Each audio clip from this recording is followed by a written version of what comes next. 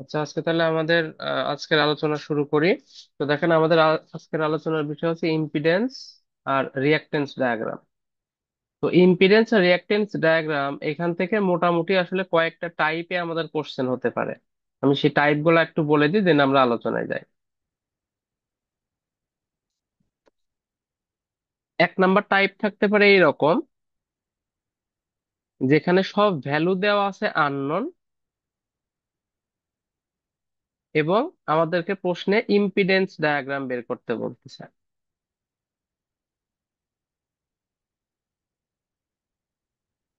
দুই number type থাকতে পারে যে ভ্যালু গুলো নোন, অর্থাৎ আমাদের ভ্যালু দেওয়া আছে এবং ওই অবস্থায় ইম্পিডেন্স ডায়াগ্রাম ড্র করতে বলতেছে। আর তিন নাম্বার, ভ্যালু দেওয়া থাক বা না থাক, মানে সেটা যে অবস্থায় থাক না কেন, জাস্ট আমাদেরকে রিঅ্যাকটেন্স ডায়াগ্রাম ড্র করতে বলতেছে। মোটামুটি এই তিনটা টাইপে আমাদের কোশ্চেন আসতে পারে যদি পরীক্ষা কোশ্চেন আসে। তাহলে একটা হচ্ছে value unknown, impedance diagram draw করো। ভ্যালু দেওয়া আছে, ওই অবস্থায় ইম্পিডেন্স ডায়াগ্রাম ড্র করতে বলতেছে।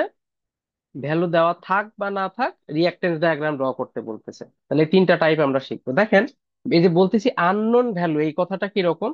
যেমন দেখেন, এই একটা চিত্র দেওয়া আছে কোশ্চেনে, মানে যদি থাকতে পারে, দিয়ে হয়তো বললো যে এইটার ইম্পিডেন্স ডায়াগ্রাম ড্র করো, তার মানে এটা কি নাম্বার ওয়ান এই ক্যাটাগরিতে পড়তেছে।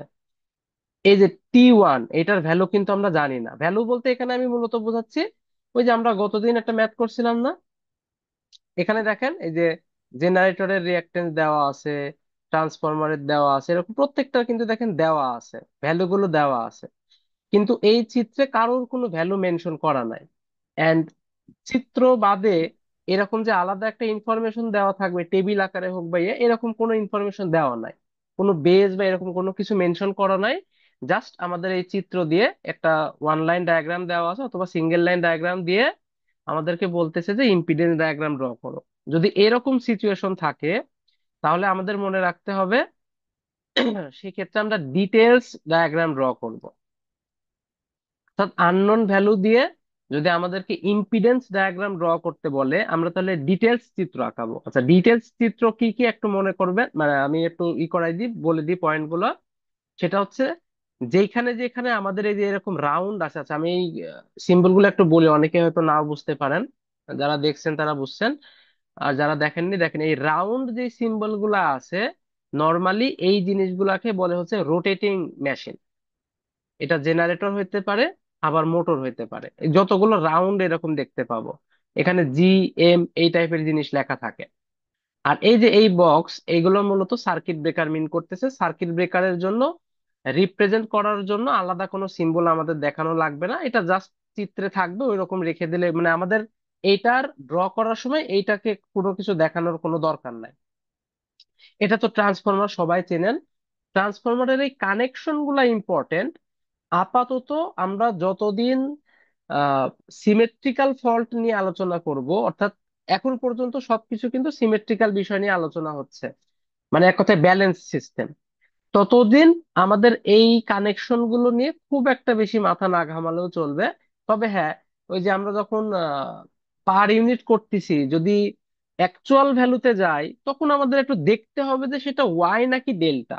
এই যে এখানে দেখেন গ্রাউন্ড করা আছে, কোথাও দেখতেছি রেজিস্টর দ্বারা গ্রাউন্ড করা আছে, কোথাও দেখেন এই যে রিঅ্যাকটেন্স দ্বারা গ্রাউন্ড করা আছে, কোথাও আমরা দেখতে পাবো যে এরকম ডিরেক্ট শর্ট করা, কোথাও হয়তো দেখতে পাবো ওপেন। এই চিত্রে হয়তো নাই, বাট অন্য কোনো চিত্রে আমরা দেখতে পাবো ওপেন। এই জিনিসগুলো নোটিস করা লাগবে না যে এটা আসলে কিসের মাধ্যমে গ্রাউন্ড করা আছে অথবা গ্রাউন্ড করা নাই। এটা আমরা তখনই দেখব যখন আমরা আনসিমেট্রিক্যাল ফল্টের দিকে যাব। যখন আমি করাবো তখন আলোচনা করব যে এগুলার আসলে মাহাত্ম্য কি। আপাতত এগুলার দিকে না তাকালেও চলতেছে। আচ্ছা, এটা নর্মালি ট্রান্সমিশন লাইন রিপ্রেজেন্ট করবে, যেহেতু ট্রান্সফরমার। আর এইটাও দেখেন কি, হয় জেনারেটর হইতে পারে অথবা মোটর হইতে পারে, কোশ্চেনে বলে দিবে। জেনারেটর মোটর দুইটার জন্য সেম রিপ্রেজেন্টেশন, অর্থাৎ যেই সব জায়গায় এই রাউন্ড সিম্বলটা দেওয়া থাকবে, আমরা সেখানে একটা ইএমএফ এর সিম্বল নিব। এটা গ্রাউন্ড আমরা অবশ্যই করব, এটা রেফারেন্স বাসের সাথে কানেক্ট করব, সেটা যেভাবে হোক, একবারে দিয়েও কানেক্ট করলেও চলবে, আবার যদি আপনি জায়গায় জায়গায় গ্রাউন্ড দেন তাও চলবে, কোনো সমস্যা নাই। তার মানে এক কথায় এর পরিবর্তে আমরা একটা ইএমএফ সোর্স নেব। প্লাস মাইনাস চিহ্ন এখানে ম্যান্ডেটরি না, না দিলেও চলবে। ওইখানে ওই যে ইজি ইএম এই টাইপ কিছু লিখলেও ওকে। আর একটা হচ্ছে রেজিস্টর, আর এই যে রিঅ্যাক্টর দিয়ে কানেক্ট করে দিলে আমাদের ওকে। তাহলে আমরা যেসব জায়গায় রাউন্ড দেখতে পাবো তারা মানে এক কথায় জেনারেটর অথবা মোটর রিপ্রেজেন্ট করবে, তাদের পরিবর্তে আমরা ইম্পিডেন্স ডায়াগ্রামে এইটা শো করব। আমি কিন্তু আলোচনা করতেছি যখন আননোন ভ্যালু যুক্ত সার্কিটের ইম্পিডেন্স ডায়াগ্রাম ড্র করতে হবে সেটার বিষয়ে। এটা জেনারেটরের জন্য একই, মোটরের জন্যও একই। ট্রান্সফরমার যদি হয়,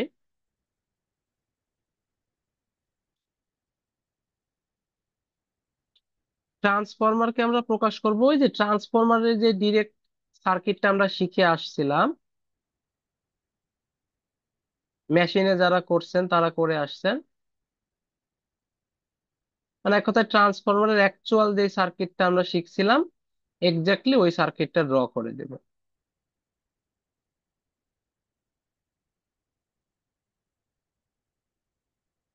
যত জায়গায় আমরা দেখব তত জায়গায় এটা ড্র করে দেব। বাকি কি আচ্ছা, আরেকটা জিনিস বলা হয় নাই, অ্যারো টাইপের কিছু সিম্বল আমরা দেখতে পাবো। এই যে অ্যারো টাইপের যে সিম্বল গুলা আছে, এগুলা আসলে স্ট্যাটিক লোড বোঝাবে।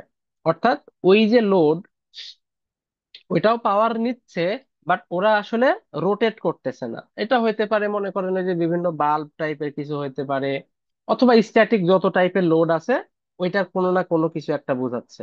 এই অ্যারো চিহ্ন দিয়ে যেগুলো থাকবে এগুলো আমরা বুঝবো যে স্ট্যাটিক লোড, মানে সেটা রোটেশনাল না। তো স্ট্যাটিক লোডের ক্ষেত্রে একই সিস্টেম। তো এইটার পরিবর্তে আমরা কি লিখবো? এটার পরিবর্তে জাস্ট একটা রেজিস্টর। এগুলো বলতেছি প্রচলিত, মানে প্রচলিত সিস্টেমে আমরা এই জিনিসগুলোকে এইভাবে রিপ্রেজেন্ট করে থাকবো। আর কি থাকতেছে? Transmission line. Transmission line normally হচ্ছে আমাদের পাই সিস্টেম ধরা হয়। পাই সিস্টেমের জন্য কি রকম?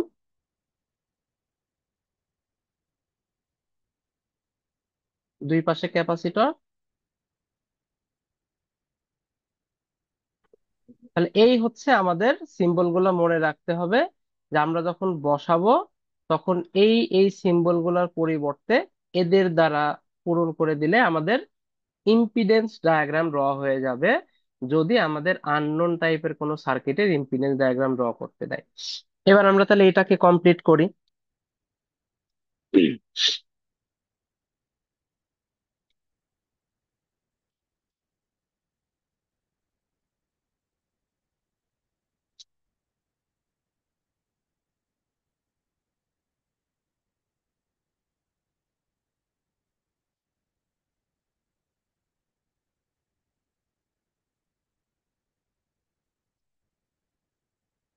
আমি একটু ছোট করে আঁকাই, নাহলে আবার এক পেজে আঁটবে না। খেয়াল করে দেখেন, এই প্রত্যেকটা আমরা চাইলে বইগুলোতে দেখা যায় যে আসলে এই সবগুলাকে সুন্দর করে আসলে আলাদাভাবে ই করে আঁকে। বাট আমি একটা সিস্টেম বলতেছি, এই সিস্টেমে আঁকলে সুবিধা হবে কি, এরা যেরকম দেখতে আছে ওই রকম ভাবে ড্র করে ফেলা যাবে। অথবা চাইলে বইয়ের মতো করতে পারেন, কোনো সমস্যা নাই। আমি দেখাচ্ছি সবগুলো আস্তে আস্তে, যাতে সব কয়টা বই প্লাস আমি যেটা করাবো সেটা রিলেট করতে পারেন। খেয়াল করে দেখেন, এখানে কিন্তু তিনটা লোড, মানে তিনটা জিনিস আছে। দুইটা হচ্ছে রোটেশনাল আর একটা নর্মাল লোড। তো এরা আপাতত জেনারেটর নাকি মোটর আমার জানার দরকার নাই, যেহেতু কোশ্চেনে মেনশন করে নাই। এটা এরকমই থাক, কারণ দুইটা রিপ্রেজেন্টেশন তো একই রকম। তাহলে এরা দেখতে কেমন হবে?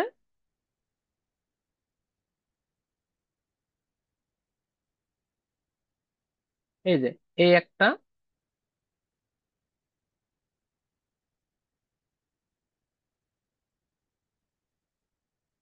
এইটার জন্য এটা নিলাম, আর এই যে একটা লোড আছে। এবং এরা সবাই দেখেন এই তিনটা কি একটা বাস বারের সাথে কানেক্টেড আছে। এইটা ধরলাম সেই বাস বার।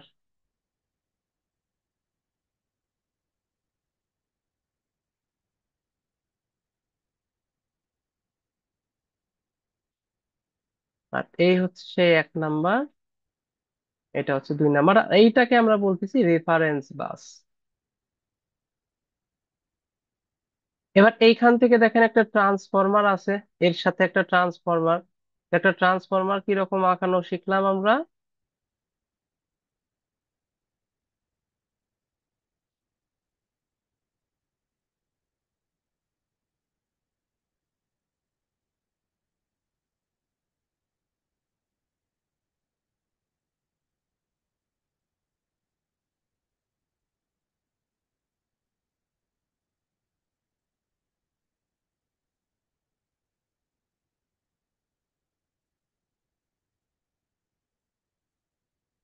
এই যে এখানে একটা ট্রান্সফরমার আছে, এটার জন্য এটা আঁকাই দিলাম, এটার জন্য এটা আঁকাই দিলাম। আর মাঝখানে দেখেন একটা ট্রান্সমিশন লাইন আছে। তো ট্রান্সমিশন লাইন আবার কি শিখলাম?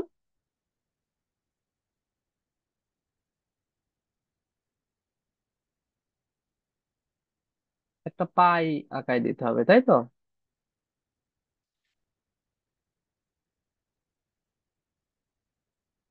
এই পাশে আবার দুইটা আছে।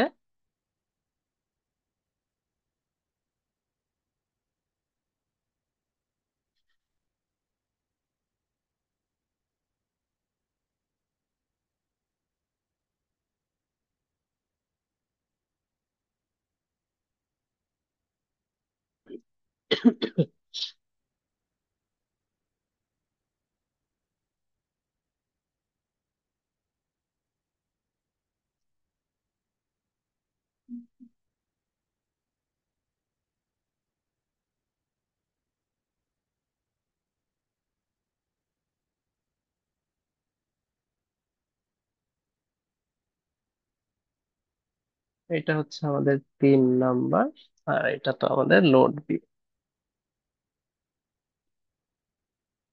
আচ্ছা, এটা তো 1 2 লেখায় আছে। এটা হচ্ছে লোড এ, এটা হচ্ছে লোড বি, এটা হচ্ছে T2,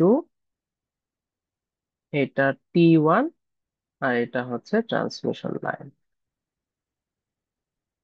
এটুকু কি সবাই বুঝতে পারছেন?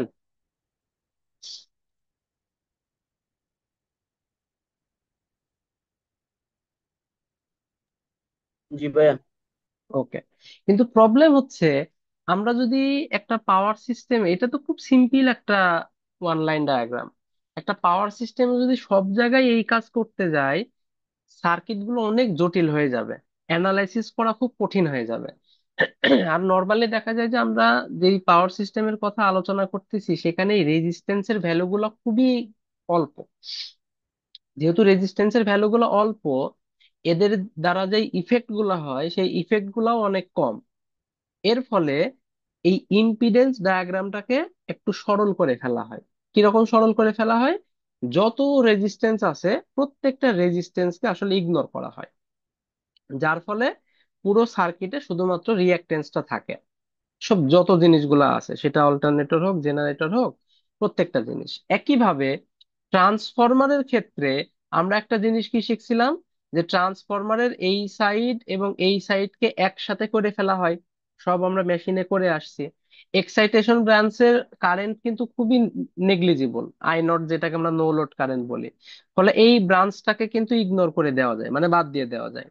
আবার এই দুইটাকে মিলে একটা বানানো হয়। একটা বলতে, একটা থাকে R01, একটা থাকে X01, অথবা যদি সেকেন্ডারি সাইডের রেসপেক্টে বলি R02 অথবা X02। আবার যেহেতু বলতেছি যে সকল রেজিস্ট্যান্সকে ইগনোর করা হবে, তার মানে ট্রান্সফরমারে সর্বসাকুল্যে শুধুমাত্র একটা রিঅ্যাকটেন্সে কিন্তু বাকি থাকে। যেই রিঅ্যাকটেন্সটা দেখেন, এই যে কোশ্চেনে দেখেন, এই যে T1 T2 T3 প্রত্যেকের জন্য দেখেন এই যে একটা শুধু রিঅ্যাকটেন্সের মানই দেওয়া আছে। আবার জেনারেটরের জন্য দেখেন, মানে এক কথায় পুরো ইয়েতে শুধুমাত্র রিঅ্যাকটেন্স গুলার ভ্যালুই দেওয়া আছে, কারণ এই যে রেজিস্ট্যান্স কে ইগনোর করে। তার মানে আমরা এখন থেকে রিঅ্যাকটেন্স ডায়াগ্রামে যদি শিফট করতে চাই তাহলে কি করব? যতগুলো শিখলাম এইখানে রেজিস্টরকে ইগনোর করে জাস্ট এই রিঅ্যাকটেন্সটা থাকবে। ট্রান্সফরমারের সবগুলোর পরিবর্তে শুধুমাত্র একটা রিঅ্যাকটেন্স থাকবে। স্ট্যাটিক লোডটা একটু বলি। স্ট্যাটিক লোডের সিস্টেম হচ্ছে, সেকেন্ড কেস মানে ভ্যালু দেওয়া আছে, এই অবস্থায় যদি ইম্পিডেন্স ডায়াগ্রাম ড্র করতে বলে, তাহলে আমরা স্ট্যাটিক লোডটা শো করব এবং যেই ভ্যালুটুকু দেওয়া আছে সেটা শো করব।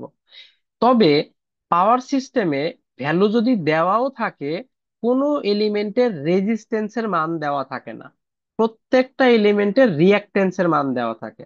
তার মানে আমাদেরকে আননোন বললে তো এটা ফিক্সড, এখানে কোনো আর ইয়ে নাই, আননোন বললে এটাই হবে। আমি সেকেন্ডটার কথা বলতেছি, যে ভ্যালু দেওয়া আছে এবং বলতেছে ইম্পিডেন্স ডায়াগ্রাম ড্র করো। তাহলে এই মুহূর্তে আমরা কি করব, যাদের যাদের ভ্যালু দেওয়া আছে তাদেরকেই ড্র করব, বাকিগুলাকে বাদ দিয়ে দেব। যেরকম এই একটা কোশ্চেনের কথা বলি, এখানে তো আমরা জাস্ট পার ইউনিটটা বের করছিলাম, কিন্তু এই কোশ্চেনে খেয়াল করে দেখেন প্রত্যেকের রিঅ্যাকটেন্সের মান দেওয়া আছে, জেনারেটরের রেজিস্ট্যান্স দেওয়া নাই। আপনি ট্রান্সফরমার বলেন, মোটর বলেন, কারোর কিন্তু রেজিস্ট্যান্সের মান দেওয়া নাই। তার মানে যখন আমাদেরকে ইম্পিডেন্স ডায়াগ্রাম মানে এই সার্কিটের ইম্পিডেন্স ডায়াগ্রাম ড্র করতে বলবে, আমরা কারোর রেজিস্ট্যান্স শো করব না। কিন্তু খেয়াল করে দেখেন এখানে যে একটা লোড আছে, এই যে অ্যারো চিহ্ন দেওয়া আছে, এই যে রাউন্ড, এটা তো মোটর বলতেছি, এটা জেনারেটর বলতেছি, কিন্তু যেটা লোড আছে, এই লোডের আমরা দেখেন ওই ক্যালকুলেশন যখন করছিলাম, এই যে জেড লোড, এই দেখেন একটা রেজিস্টিভ পার্ট আছে, একটা রিয়াক্টিভ পার্ট আছে। তার মানে লোডের কিন্তু রেজিস্ট্যান্স আছে, আবার রিয়াক্টেন্সও আছে। সেটা আমাদেরকে শো করতে হবে যদি কোশ্চেনে ইম্পিডেন্স ডায়াগ্রাম ড্র করতে বলে। আবার ট্রান্সফরমারের শুধু একটা রিঅ্যাকটেন্স দেওয়া আছে, এক্সাইটেশন ব্রাঞ্চ অথবা বাকিগুলো নাই, তার মানে আমরা ট্রান্সফরমারের পরিবর্তে জাস্ট একটা রিঅ্যাকটেন্স শো করব। এটা আমি বলতেছি সেকেন্ড কেসের জন্য, অর্থাৎ ভ্যালু দেওয়া আছে এবং ইম্পিডেন্স ডায়াগ্রাম ড্র করতে বলতেছে। লাস্ট আমরা রিঅ্যাকটেন্স ডায়াগ্রাম তাহলে পরে করি, যেহেতু এটা আমরা অলরেডি সব মান বের করা আছে, জাস্ট ড্র করতে হবে। এটা করাই দিই তাহলে জিনিসটা ভালো বুঝতে পারবেন। তাহলে এইটার আমরা ইম্পিডেন্স ডায়াগ্রামটা ড্র করবো, এটা কিন্তু সেকেন্ড ক্যাটাগরি। সেকেন্ড ক্যাটাগরি কি, ভ্যালু দেওয়া আছে, ওই মুহূর্তে আমাদেরকে বলতেছে যে ইম্পিডেন্স ডায়াগ্রাম ড্র করো।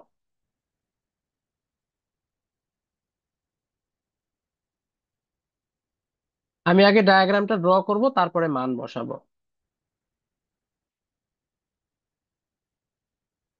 ওকে, তাহলে দেখতেছি কারোর রেজিস্ট্যান্স দেওয়া নাই, তাহলে প্রত্যেকের আমরা কি করব, ইগনোর করে দেব। এখানে দেখেন শুধুমাত্র একটা জেনারেটর আছে, আর জেনারেটরের শুধু রিঅ্যাকটেন্সই দেওয়া আছে। তার মানে জেনারেটরের ইকুইভ্যালেন্ট ই কি হবে, এক- একটা রিঅ্যাকটেন্স থাকবে, একটা ইএমএফ সিম্বল, আর এই যে আমাদের সেই রেফারেন্স বাস, এই পার্টটুকু হয়ে গেল। দেন উপর থেকে ট্রান্সফরমারের শুধু রিঅ্যাকটেন্স দেওয়া আছে, তার মানে এখানে জাস্ট একটা রিঅ্যাকটেন্স বসাই দিলেই কিন্তু ওকে। ট্রান্সমিশন লাইনের একই সিস্টেম, শুধুমাত্র রিঅ্যাকটেন্স দেওয়া আছে, ওই যে দুইটা দেখেন, এই যে এটা আর এটা রিঅ্যাকটেন্স দেওয়া আছে। তার মানে এই ট্রান্সমিশন লাইনের পরিবর্তে জাস্ট একটা রিঅ্যাকটেন্স বসাই দেব, রেজিস্ট্যান্স অথবা এই যে এখানে যে ক্যাপাসিটর, এই জিনিসগুলো আমাদেরকে আর দেখানোর দরকার পড়বে না। আবার এখানে একটা ট্রান্সফরমার আছে, তাহলে জাস্ট একটা রিঅ্যাকট্যান্স দিয়ে এই যে 4 নাম্বার ইয়ে, এই জিনিসগুলা শো করা জরুরি না। এটা আমি মানে আমি আমার নিজে আমি পার্সোনালি এগুলা শো করি কেন, কেন কারণ হচ্ছে এইটা আর এইটা দেখে খুব সুন্দর মিলাই ফেলা যাবে যে ড্র ঠিক আছে কিনা। এটা কিন্তু চাইলে এগুলা বাদ দিয়েও ড্র করে ফেলা যায় তো, বাট এগুলা বাদ দিলে কি হয়, এগুলার সাথে মেলানো একটু কঠিন হয়ে যায়। আর এই যে এটা 1 নাম্বার দেখা যাচ্ছে, এটা যদি 1 নাম্বার এটা থাকে, তাহলে এই চিত্রের সাথে এই চিত্রটা একবার রিভাইজ দেওয়াটা খুব ইজি হয়ে যায়। আবার এই দিকে দেখেন একই জিনিস, ট্রান্সফরমারের পরিবর্তে একটা, ট্রান্সমিশন লাইনের পরিবর্তে একটা, এখানে ট্রান্সফরমারের পরিবর্তে একটা, বাস শেষ। এবার এইখানে একটা মোটর আর একটা লোড।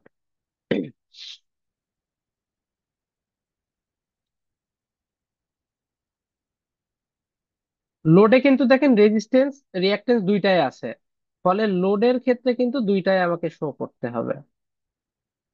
কিন্তু মোটরে আবার কি, একটাই দেওয়া আছে, তাহলে মোটরে একটাই শো করতে হবে। এই ড্র করাটা কি বুঝতে পারছেন?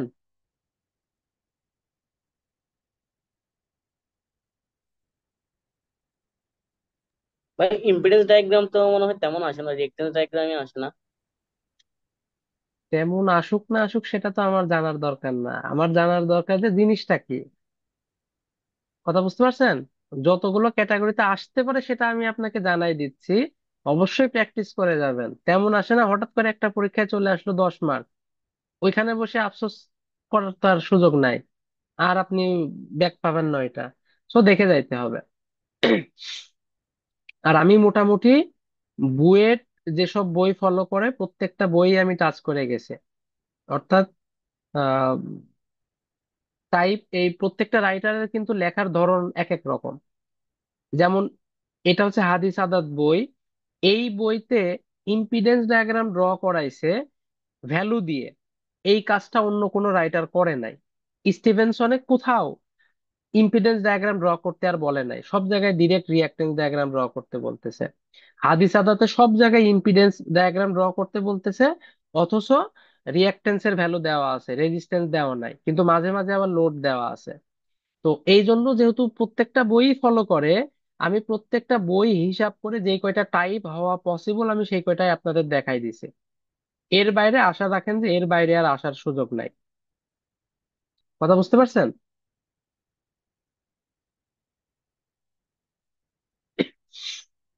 জি ভাই। ওকে। আচ্ছা, কি বলছিলাম, আচ্ছা, এই ড্রটা সবাই বুঝতে পারছেন কিনা? জি ভাই, বুঝতে পারছি। ওকে। এটা কিন্তু সেকেন্ড ক্যাটাগরির কথা বলছি। ফার্স্ট ক্যাটাগরি জিনিসটাই ছিল যে আননোন। তো যেহেতু আননোন, এখানে আর কোনো কিছু লেখার টেখার দরকার নাই, এটা দেখাই দিলেই কিন্তু আমাদের ওকে, রিপ্রেজেন্ট হয়ে গেল।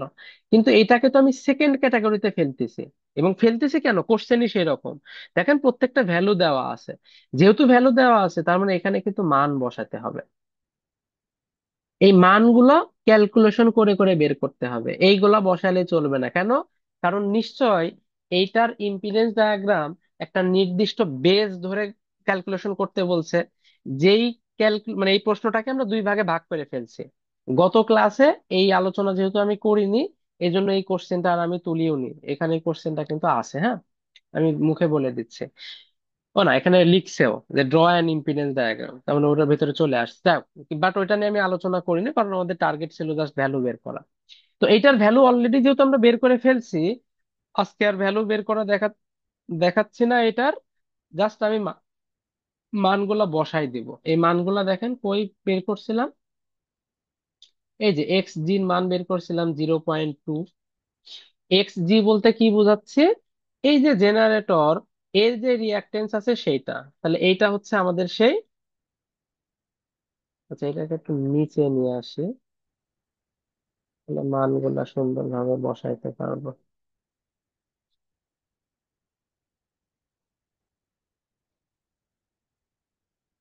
এটা হচ্ছে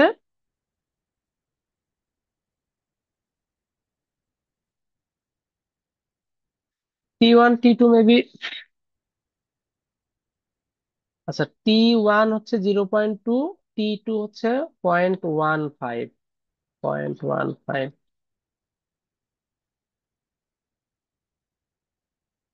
0.2,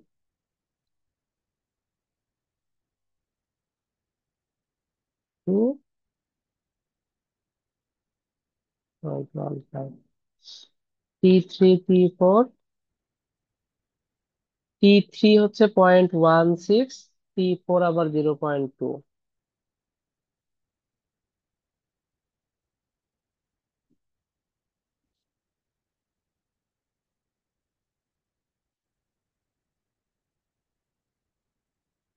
মোটর হচ্ছে 0.251।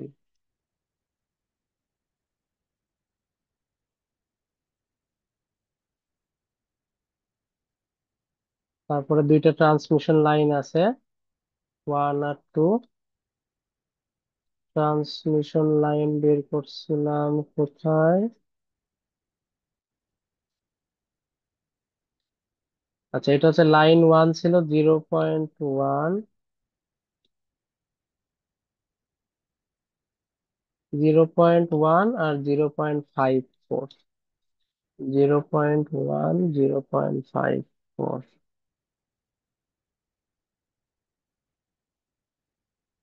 আর বাকি থাকতেছে যে লোডেরটা। লোড 0.95, 1.267, 0.95, 1.267।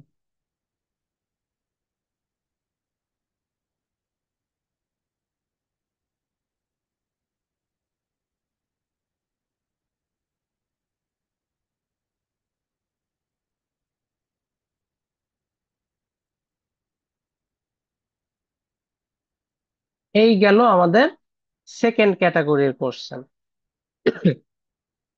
অর্থাৎ এখানে আমরা স্ট্যাটিক লোডটা শো, রিয়েক্টেন্স ডায়াগ্রাম হয়ে গেছে। বুঝি না।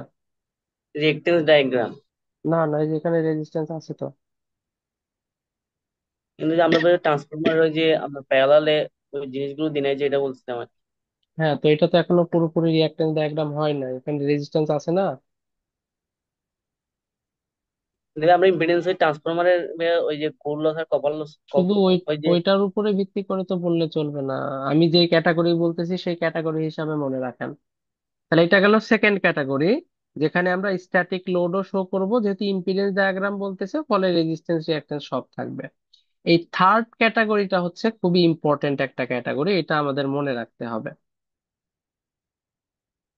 এবং দেখা যায় যে এইটার আসার চান্সই সবচেয়ে বেশি থাকে। এটা খুব important, reactance diagram. Reactance diagram নাম শুনে আমরা বুঝতে পারতেছি ওইখানে রেজিস্ট্যান্স থাকবে না, প্রথম কথা। কোনো রেজিস্ট্যান্স থাকবে না, সবই ইগনোর করে দিতে হবে, মানে কোশ্চেনে দেওয়া থাক বা না থাক। সেকেন্ড যে ইম্পর্টেন্ট জিনিস আমাদের মনে রাখতে হবে সেটা হচ্ছে এই রিঅ্যাকট্যান্স ডায়াগ্রামটা নর্মালি ড্র করা হয় ফল্ট অ্যানালাইসিস করার জন্য। আমাদের কোনো একটা সিস্টেম হয়তো দেওয়া আছে, ওইখানে কোথাও না কোথাও ফল্ট হয়েছে। ফল্ট নর্মালি আমরা পরবর্তীতে পড়বো। ফল্ট হচ্ছে দুই টাইপের হইতে পারে, একটা হচ্ছে সিমেট্রিক্যাল ফল্ট, বা যেটাকে আমরা ব্যালেন্স ফল্ট বলতে পারি। মানে হচ্ছে তিনটা ফেজে একই সাথে ফল্ট হয়েছে। আর একটাকে আমরা বলতেছি হচ্ছে আনব্যালেন্সড ফল্ট। ওইখানে দেখা যাবে যে আসলে তিন ক্যাটাগরির ফল্ট হইতে পারে। একটা হইতে পারে সিঙ্গেল লাইন ফল্ট, মানে জাস্ট একটা লাইন হয়তো শর্ট হয়ে গেছে। আর একটা হইতে পারে লাইন টু লাইন ফল্ট, মানে দুইটা লাইন ইন্টার কানেক্ট হয়ে গেছে। আর একটা হইতে পারে double line to ground fault, মানে দুইটা লাইন শর্ট হয়ে গ্রাউন্ডেড হয়ে গেছে কোনো কোনো ভাবে। তো ওইগুলো আমরা আস্তে আস্তে পড়বো, জাস্ট আমি আপনাদের একটু রাফ আইডিয়া দিলাম। তাহলে এই যে দুইটা ক্যাটাগরি মেইন ভাগ করলাম, একটা হচ্ছে ব্যালেন্স, একটা হচ্ছে আনব্যালেন্স। ব্যালেন্সটাকে আমরা নর্মালি সিমেট্রিক্যাল ফল্ট বলি, আনব্যালেন্সটাকে আমরা বলি হচ্ছে আনসিমেট্রিক্যাল ফল্ট। এই এই সিমেট্রিক্যাল হোক আনসিমেট্রিক্যাল হোক, সেইটা অ্যানালাইসিস করার জন্য মূলত আমাদের রিঅ্যাকট্যান্স ডায়াগ্রামটা ড্র করতে হয়। এবং যখন ফল্ট ঘটে, তখন ফল্ট যেই পাথটা আছে, মানে যেখানে মেইনলি ফল্টটা হয়েছে, ওইখানে এত বেশি পরিমাণ কারেন্ট ফ্লো করে যে অন্যান্য যে লোড আছে ওই লোড গুলো তখন আর নর্মালি দেখা যায় যে কারেন্ট পায় না। মানে সব কারেন্টের চাহিদা ওই ফল্ট লাইন দিয়েই হয়। কাইন্ড অফ শর্ট হয়ে গেছে যেহেতু বলতেছি, এজন্য সবাই, মানে সিস্টেমে যত ইয়ে আছে সবাই চায় ফল্টকে কারেন্ট দিতে, লোডকে আর কেউ কারেন্ট দেয় না। লোড বলতে স্ট্যাটিক অন্যান্য যেসব লোড আছে, যেমন এই যে লোড এ, লোড বি, এরা তখন কিন্তু আর কারেন্ট পায় না। পাইলেও এত অল্প থাকে, ফল্টের তুলনায় নগণ্য বলাই চলে, এটাকে আমরা জিরো ধরতে পারি। তবে যেগুলা রোটেটিং, এই যে এগুলার কথা বলছিলাম, রোটেটিং ডিভাইস আছে, রোটেটিং মেশিন, এরা কিন্তু কারেন্ট নেয় না ঠিক আছে, কিন্তু এরা কিন্তু জেনারেটরের মতো কাজ করা শুরু করে তখন। মানে যখন ফল্ট হয়ে গেছে, তখন একটা মোটর জেনারেটরের মতো কাজ করা শুরু করে, তার মানে সে কারেন্ট নিচ্ছে না, বাট কারেন্ট প্রোভাইড করার মতো অবস্থা চলে আসছে। এই কারণে যখনই ফল্ট অ্যানালাইসিস করব আমরা, রিঅ্যাকটেন্স ডায়াগ্রামে স্ট্যাটিক কোনো লোডকে শো করা লাগবে না। তবে রোটেটিং যেসব ডিভাইস আছে, প্রত্যেকটা ডিভাইসকে কিন্তু শো করতে হবে, সেটা জেনারেটর হোক অথবা মোটর হোক। ফলে আমরা যখন রিঅ্যাকটেন্স ডায়াগ্রাম ড্র করব, লিখে দিলেও চলতেছে, না লিখলেও কোনো সমস্যা নাই। তখন আমরা সকল প্রকার স্ট্যাটিক যে ডিভাইস গুলো মানে লোড গুলো আছে, স্ট্যাটিক লোড গুলোকে ইগনোর করব। কখন? যখন রিঅ্যাকটেন্স ডায়াগ্রাম ড্র করব। এটা কি ক্লিয়ার?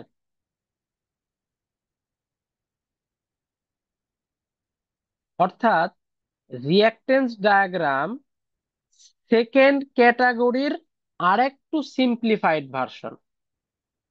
সেকেন্ড ক্যাটাগরি দেখেন, মোটামুটি সবই রিঅ্যাকটেন্স চলে আসছে, ফলে এটাকে রিঅ্যাকটেন্স ডায়াগ্রাম প্রায় বলে দিতে পারতাম। জাস্ট ঝামেলা বাঁধাইছে এই লোডটা। কিন্তু যে বললাম, যখন রিঅ্যাকটেন্স ডায়াগ্রাম ড্র করব, তখন কি করতে হবে?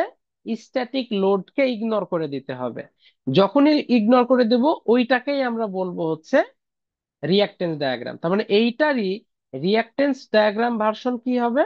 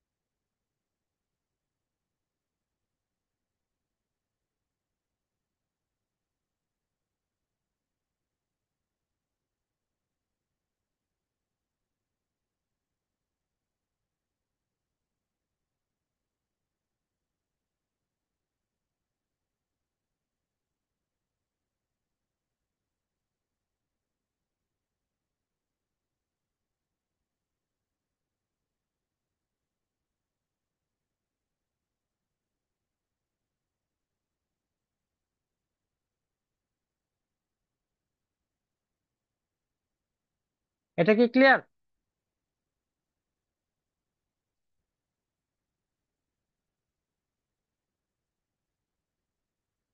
তাহলে এই যে ফার্স্ট ক্যাটাগরির চিত্রটা ছিল, এইটার যদি রিঅ্যাকটেন্স ডায়াগ্রাম ড্র করতে বলে, তাহলে কি হবে? এটা হচ্ছে ইম্পিডেন্স ডায়াগ্রাম।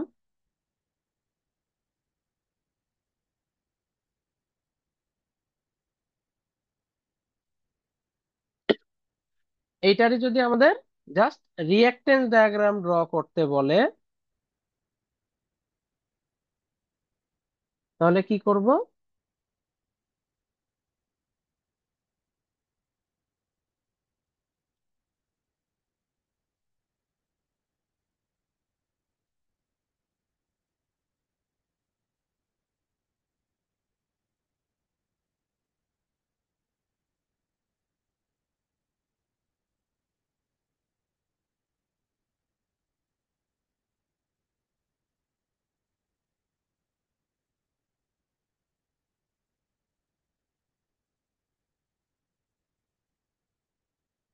এই যে এই পুরো একটা ট্রান্সফরমারের পরিবর্তে জাস্ট একটা রিঅ্যাকটেন্স দিয়ে দিলাম,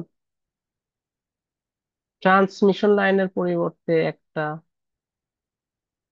এখানে আর একটা ট্রান্সফরমার আছে এর পরিবর্তে একটা, এখানে তো একটা রোটেটিং দেওয়া আছে, তাহলে এটা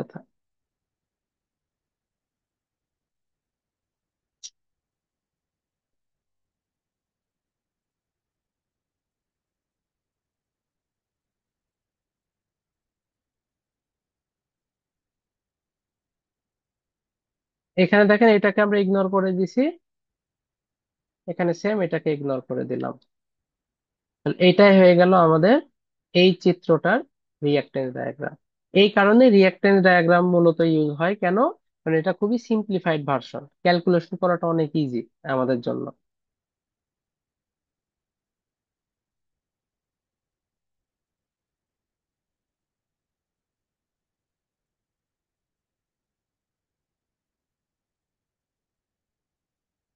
আচ্ছা, এই তিনটা ক্যাটাগরি কি সবাই বুঝতে পারছেন?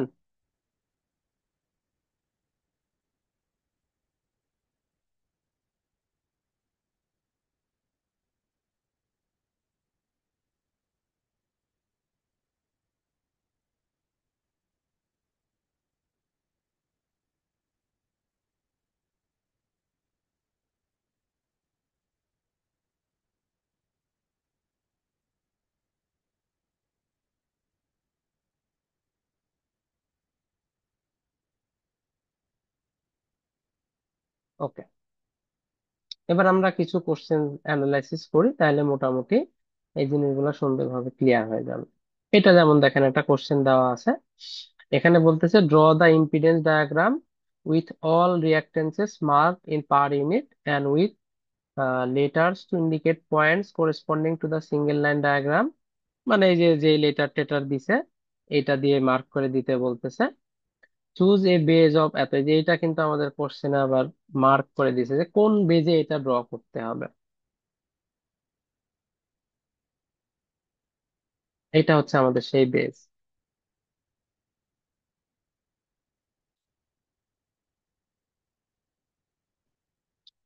প্রত্যেকটা ভ্যালু দেওয়া আছে।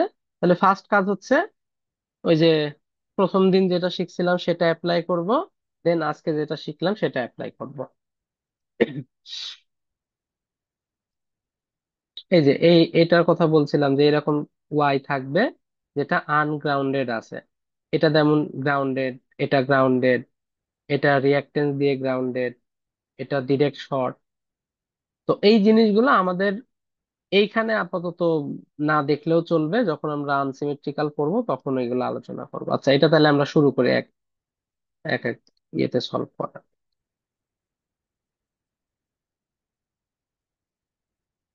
স্টেপ গুলা মনে আছে কারোর? কি বলছিলাম এই টাইপের জিনিস সলভ করার ফার্স্ট স্টেপ কি? সিম্পে ওই ওই ওই ওই বেসের জন্য ভাইয়া পার ইউনিট রিঅ্যাক্টেন্স বের করা। না, ফার্স্ট কাজ বলছিলাম প্রত্যেকটা জায়গার বেজ সিলেক্ট করে নেওয়া, তারপরে রিঅ্যাকটেন্স বের করার দিকে যাবেন।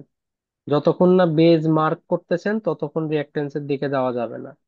তাহলে আগে দেখি যে কোন বেজটা দেওয়া আছে বা আমাদেরকে ধরতে বলতেছে। আমাদেরকে বলতেছে choose a base of 50 MVA। 50 MVA তো সব জায়গায় থাকবে, ওইটা নিয়ে ঝামেলা নাই। আমাদের ঝামেলা হচ্ছে ভোল্টেজ নিয়ে। তাহলে এই যে 13.8 কেভি বলে দিচ্ছে কোন জায়গার জন্য? Circuit of generator 1। এই যে তার মানে এই যে 1 নাম্বার দিয়ে এখন মার্ক করা আছে। তাহলে এই জায়গার বেসটা আমাদেরকে বলে দিছে সেটা হচ্ছে 13.8। যেই এই ট্রান্সফরমারটা আসলো, তার মানে এইখানকার বেস কিন্তু চেঞ্জ হয়ে গেছে। এইখানকার বেস খুঁজে বের করবো কোত্থেকে? এই T1 দেখে। এবার T1 এর দিকে আসি। T1 দেখেন বলতেছে কি 220/13.8। দেখে মনে হবে যে এই পাশটা 220, এই পাশটা 13.8। বাট আমি এক কথা গতদিনই বলে দিছিলাম যে পাওয়ার সিস্টেমের এইগুলার ক্ষেত্রে আমরা এটাকে প্রাইমারি এটাকে সেকেন্ডারি এইভাবে দেখবো না। আমরা সবসময় মনে রাখবো ট্রান্সমিশন লাইন সাইডটা always high, generator generator generator side always low. তার মানে ট্রান্সফরমারের এই সাইডটা লো, তো বোঝা যাচ্ছে লো কে 13.8। তাহলে এই পাশটা হবে হাই। দেখেন আমরা ঐকিক নিয়ম বের করতে পারবো, মানে ঐকিক নিয়ম দিয়ে করব, কিন্তু একটা কথা বলছিলাম, যদি ভোল্টেজ মিলে যায় ঐকিক নিয়মের দরকার নাই। T1 এর দেখেন এক পাশে বেজ হচ্ছে 13.8, এইটার সাথে T1 এর ওই সাইডের ভোল্টেজ দেখেন পুরোপুরি মিলে গেছে। আর ভোল্টেজ মিলে গেলে ঐকিক নিয়মের আর দরকার নাই, অপোজিট পাশে জাস্ট অপোজিট ভ্যালুটা বসাই দিলেই ওকে। তার মানে এইখানকার বেজ হবে 220, কারণ টাইম নষ্ট করার কোনো দরকার নাই। এই সাইডও যা এই সাইডও তাই, কারণ এদের ভিতরে কোনো ট্রান্সফরমার বসে নাই। তার মানে এইখানকার বেজও হচ্ছে 220। T3, T3-র এক পাশে 220, আর এক পাশে বেজ কত খুঁজে বের করতে হবে। T3 দেখেন 220, তাহলে মিলে গেল। যেই মিলে গেল, আর এক পাশে আর ক্যালকুলেশন করার দরকার নাই, যেটা আছে সেটা ধরে বসাই দিতে হবে। তার মানে এই পাশের বেজ হচ্ছে 22। এবার T2 বের করতে হবে। T2 আবার দেখেন খুব সুন্দর একটা কথা বলে দিছে যে single phase units each rated এত। তো যখন এই টাইপের কথা বলা থাকবে তখন আমাদেরকে দেখেন এরা সবাই কিন্তু 3 ফেজ রেটিং দেওয়া। এই যে 13.8, 18, 20 এগুলো সব 3 ফেজ রেটিং দেওয়া, কিন্তু T2 এর আবার সিঙ্গেল ফেজ রেটিং দেওয়া। তো 3 ফেজ বানাইতে হলে 3টা ট্রান্সফরমার লাগবে। তো এই যে ভ্যালুগুলো দেওয়া, এটা আসলে সিঙ্গেল ফেজ ট্রান্সফরমারের সিঙ্গেল ফেজের ভ্যালু দেওয়া। তার মানে 10 MVA হচ্ছে একটা ফেজের পাওয়ার, তাহলে তিনটা ফেজের পাওয়ার কত হবে? 30 MVA। তাহলে এইটাকে আমরা একটু আবার নতুন করে বানাইনি, সেটা হচ্ছে 30 MVA, কমা এটা কত? খেয়াল করে দেখেন, এই সাইডটা কোন সাইড? T2, এই যে T2, T2 এর এটা দেখেন হাই সাইড, আর এটা হচ্ছে লো সাইড। T2 এর হাই সাইড, এটা হচ্ছে লো সাইড। T2 এর হাই সাইডে কে আছে? ওয়াই আছে। তাহলে ওয়াই এর যদি এটা ফেজ ভ্যালু হয়, তাহলে ওয়াই এর লাইন ভ্যালু কত হবে? 127 × √3,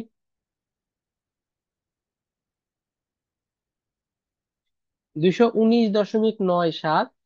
তার মানে বোঝা যাচ্ছে এটা আসলে 220ই বোঝাচ্ছে, ওই √3 কারণে একটু কম বেশি। আমরা চাইলে এটাকে 220 বসাই দিতে পারি, কোনো সমস্যা নাই। তাহলে 220 আর এটা হচ্ছে ডেল্টা, তাহলে ও সিঙ্গেল ফেজ আকারেও যা থাকবে, থ্রি ফেজ আকারেও তাই থাকবে। এই যে রেটিংটা থ্রি ফেজের জন্য করে নিলাম, এটা কি সবাই বুঝতে পারছেন? এই টাইপের কোশ্চেন কিন্তু আমাদের আসতে পারে, এবং কোশ্চেন পড়ার সময় কিন্তু ভালোভাবে খেয়াল রাখতে হবে যে ভাই এটা যদি আরেকবার বলতেন আর কি, এটা বুঝতে পারিনি। আচ্ছা, এখানে বলে দিছে সিঙ্গেল ফেজ ইউনিট, অনেক সময় থ্রি সিঙ্গেল ফেজ লেখা থাকে, একই কথা। মানে এই রেটেডটা সিঙ্গেল ফেজের জন্য দেওয়া আছে, কিন্তু আমরা প্রত্যেকটা রেটিং দেখতেছি, যতগুলো আছে প্রত্যেকের রেটিং হচ্ছে থ্রি ফেজের জন্য দেওয়া। তাই আমরা চাচ্ছি এইটাকেও থ্রি ফেজের জন্য রেটিং বানাই ফেলবো। তো 10 MVA এটা হচ্ছে একটা ফেজের পাওয়ার, তাহলে তিনটা ফেজের পাওয়ার হবে 10 × 3 মানে 30 MVA। ভোল্টেজের ক্ষেত্রে হাই সাইডটা আমরা দেখতেছি, T2 এর হাই সাইড হচ্ছে ওয়াই, তাহলে ওয়াই এর যদি ফেজ ভোল্টেজ 127 হয়, তাহলে লাইন ভোল্টেজ কত হবে? 127 কে √3 দ্বারা গুণ করে দিব, তাহলে ওইটা আসলো 220। আর এই যে 18, এটা হচ্ছে ডেল্টা সাইড। তো ডেল্টা সাইডে ফেজের ভোল্টেজও যা, লাইনের ভোল্টেজও তাই, তার মানে এই 18 18ই থাকবে যখন থ্রি ফেজ হিসাবে ভাইয়া কাজ করবে। হ্যাঁ একটা বলেন। প্রশ্ন ছিল। হ্যাঁ বলেন। বলছি এখানে যে 127, এটা কি লাইন ভোল্টেজ ছিল না? সিঙ্গেল মানে ফেজের যেটা লাইন আর রেটিং ফেজ করা কি? থাকে। সিঙ্গেল ও ফেজ তো মানে এটা, ওইটা একই আর কি। ও ওর তো লাইন ফেজ আলাদা নাই। আচ্ছা, বুঝতে পারছেন? সিঙ্গেল ফেজে যেটা থাকবে, আচ্ছা আচ্ছা, এটা আমাকে ফেজ ধরে নিতে হবে। সিঙ্গেল ফেজ তো ফেজই, ওর কি আবার লাইন আলাদা হয়? সিঙ্গেল ফেজ ও মানেই তো একটা ফেজ। ও আচ্ছা ভাই, ঠিক আছে, বুঝতে পারছি। আর একটা ভাই জিনিস এরকম বলতেছি, একটা হ্যাঁ। ম্যাথেই প্রবলেম ছিল ভাই, যে এরকম একটা ম্যাথে দেখছিলাম ভাই, যে এরকম সিঙ্গেল ফেজ ইউনিটস লেখা ছিল, ওইখানে কনভার্টটা আমি বুঝতে পারি না আর কি ভাই, আচ্ছা, এখন বুঝতে পারছি। কোশ্চেন হচ্ছে এখানে ডিরেক্ট সিঙ্গেল ফেজ লেখা আছে, কিছু প্রশ্নে থ্রি সিঙ্গেল ফেজ লেখা থাকতে পারে। অনেক সময় তাড়াহুড়াতে তিন দেখে হয়তো আমাদের মাথায় আসতে পারে যে three phase, but three single phase আর থ্রি ফেজ কিন্তু এক জিনিস না। সিঙ্গেল ফেজও যা কথা, থ্রি সিঙ্গেল ফেজও তাই কথা, কারণ এই যে ইচ রেটেড বলে দিছে, তার মানে ওই একই জিনিস মিন করতেছে, যে প্রত্যেকটার ফেজের হচ্ছে রেটিং এইটা। বাই ডিফল্ট আমাকে লাইন এভাবেই করে নিতে হবে। তাহলে এটা দেখেন লাইন হয়ে গেল। এবার আমরা দেখতেছি, wait, কি ব্যাপার?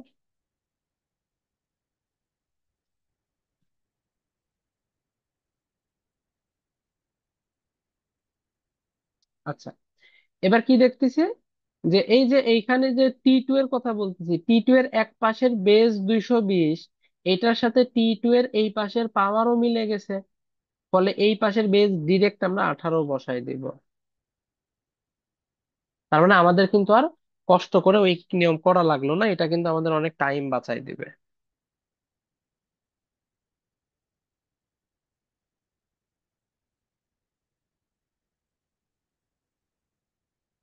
ওকে, এবার আমাদের নেক্সট যে কাজটা সেটা হচ্ছে প্রত্যেকটার ভ্যালু বের করে ফেলা।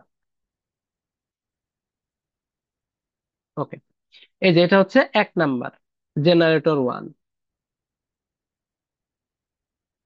এটা কত? 20 MVA, অথচ আমাদের বেজ হচ্ছে 50 MVA, তার মানে মেলে নাই। আচ্ছা, কত দেওয়া আছে? 0.2 দেওয়া আছে, তাহলে 0.2 into new MVA by old MVA. তো নিউ এমভিএ হচ্ছে 50, ওল্ড মানে নিজেরটা মানে 20। আচ্ছা ভোল্টেজ দেখেন তো, 13.8, ওর নিজেরও আছে 13.8, মানে মিলে গেছে। তো আর কষ্ট করে আমাদের ওই স্কোয়ার বসানোর দরকার নাই, টাইম যতটুকু বাঁচে আর কি। তাহলে 0.2 × 50 ÷ 20, এটা আসছে 0.5।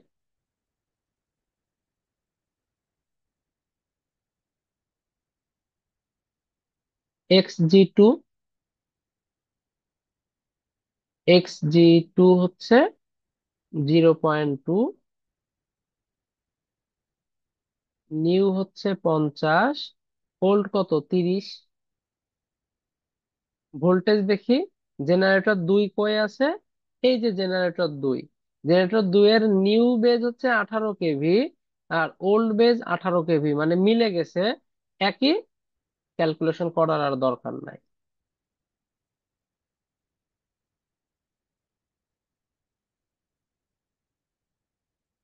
তাহলে 0.33 পার ইউনিট।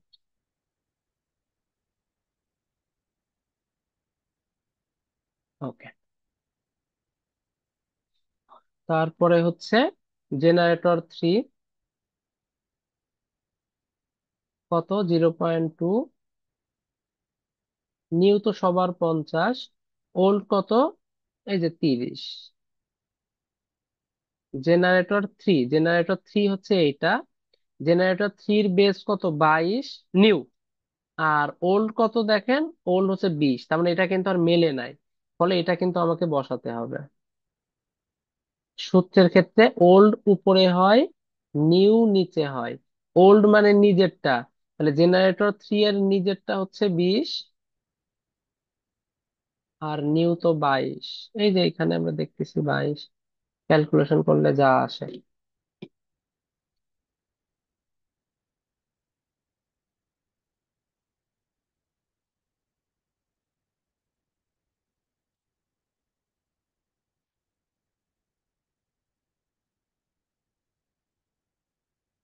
তাহলে 0.2755।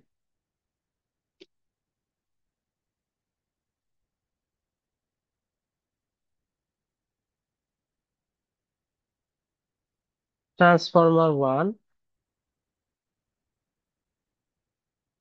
কত, 10%, মানে 0.1, নিউ 50, ওল্ড কত, ওল্ড হচ্ছে 25। আর ট্রান্সফরমারের প্রত্যেকটার ভোল্টেজ মিলে আছে, তো ওইটার আর ভোল্টেজ বসানোর দরকারই নাই। এটা অলরেডি আমরা দেখতে পাইছি যে প্রত্যেকটার ভোল্টেজ মিলে আছে।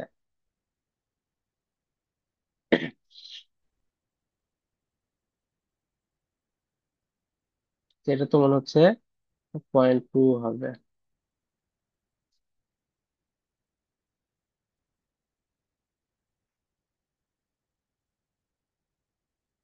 ট্রান্সফরমার 2 হচ্ছে 0.1,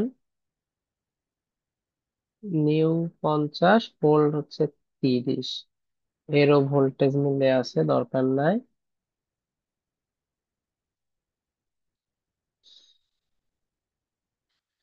0.1667।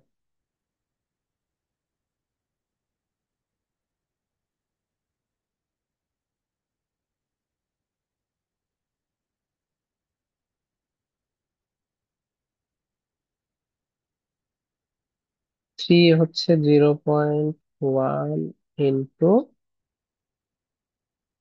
50/25,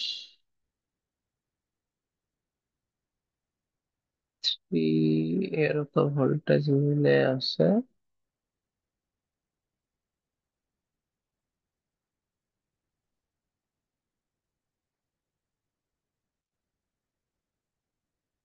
আর একটা বাকি থাকার কথা, সেটা হচ্ছে ট্রান্সমিশন লাইনে দেখেন ওহম দেওয়া আছে, তার মানে এদেরকে পার ইউনিট করে নিতে হবে।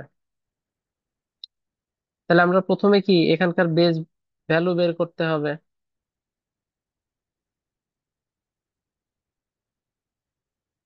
এটা আমি 1 হিসাব করলাম, এটা 2 হিসাব করলাম।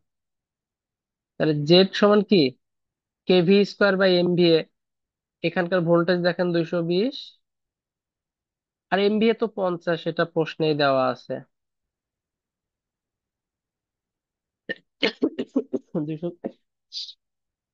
220/220 স্কোয়ার বাই 50। আচ্ছা, দুই জায়গারই তো একই। হ্যাঁ, দুই জায়গা তো একই জায়গা। সো জেড বেস সেম, 1 2 আর লেখা লাগবে না, 1 লিখে দিলেই চলতেছে।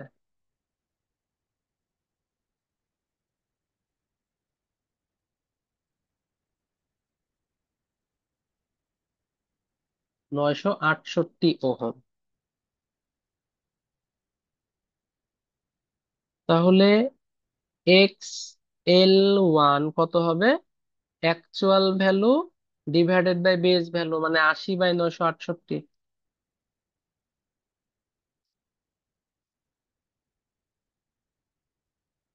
তাহলে 0.0826।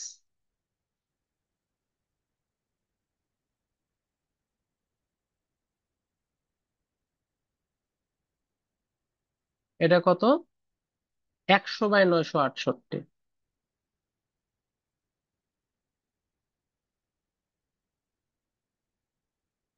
0.1033।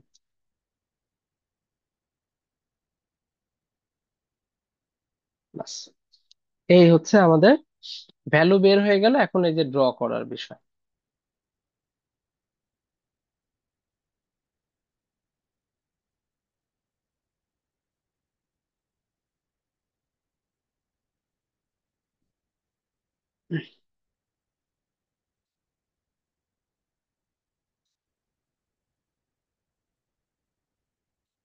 তাহলে যেটা হচ্ছে 1,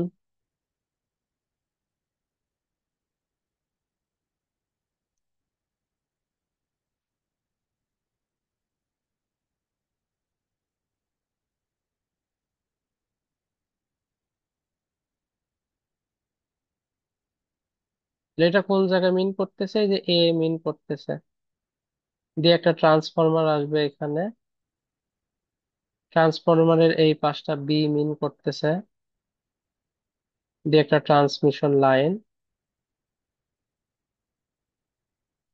এটা হচ্ছে সি,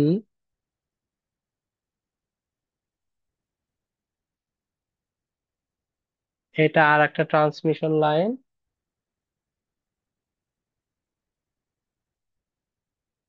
এটা হচ্ছে সেই ই,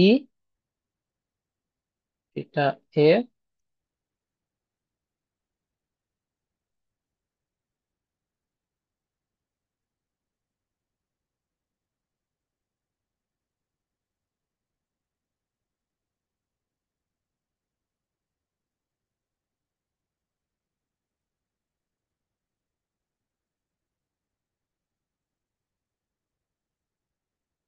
এটা হচ্ছে 1 নাম্বার, আর এখানে এটা হচ্ছে নির্দেশ করতেছে ডি, এটা হচ্ছে 3 নাম্বার, এটা 2 নাম্বার। এই হচ্ছে মোটামুটি আমাদের রিঅ্যাকট্যান্স ডায়াগ্রাম।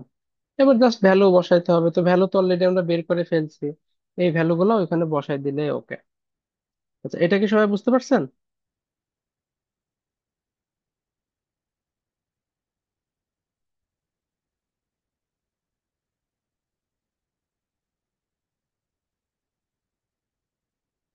জি ভাই।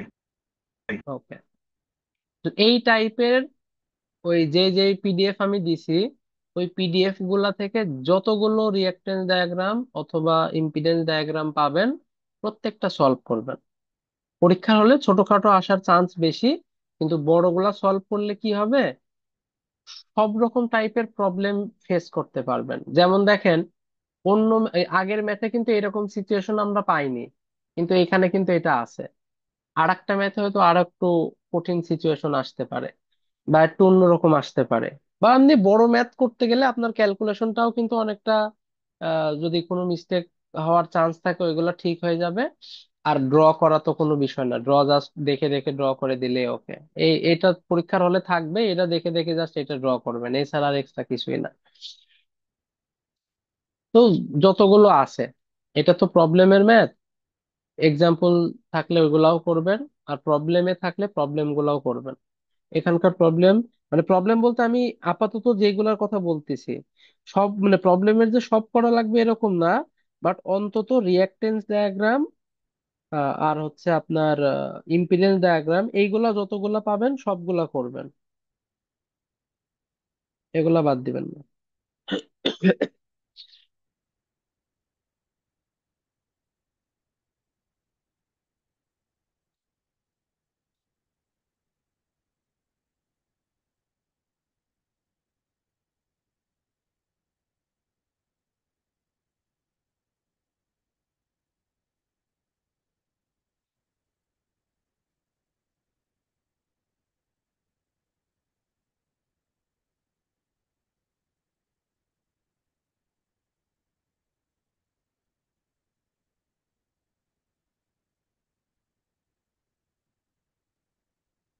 ওয়েট ওয়েট, এখানে মনে হচ্ছে একটু ভুল হয়েছে, এটা হচ্ছে 35 MB ট্রান্সফরমার 3, আর আমরা তুলছি 25।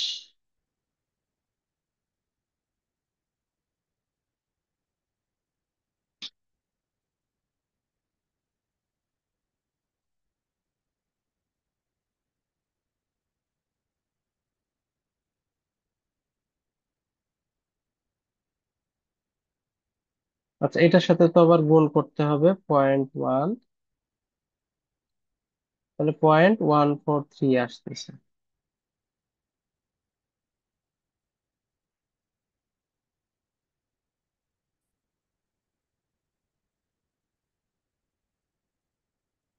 হুম, ঠিক আছে। ওকে, এটা হচ্ছে আপনার স্টিভেনসন ব্লু কভারের যে বইটা আছে সেই বইয়ের প্রবলেম। এটাও একই বই।